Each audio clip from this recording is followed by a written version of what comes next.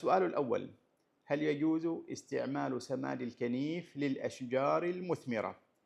الفقهاء مختلفون كثيرا في هذه القضية في الجواز من عدمه، وكثيرون يرون الجواز، لكن في مثل هذا الظرف نحن نعلم بأن مثل هذا السماد الذي يؤخذ من الكنيف وهي عذرة الإنسان، مثل هذا السماد قد يرجع بضرر على التربة على المدى البعيد، وقد يرجع بضرر على الناس بسبب ما فيه من أضرار تلحق بالإنسان. ولأجل هذا أنا لا أحب استعماله المباشر هكذا خشية أن يكون منه ضرر على الإنسان أو على التربة على المدى البعيد.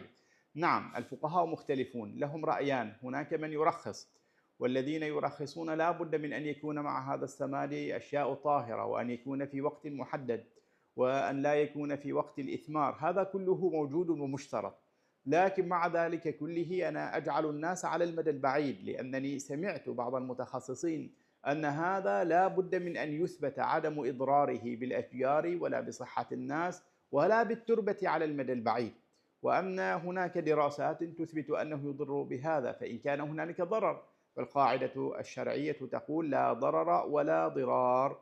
وإلى أن يثبت مثل هذا أقول للشخص احترز من هذا، وسنحمله على المنع وعلى عدم الجواز إلى أن يثبت عدم الإضرار، والله تعالى أعلم.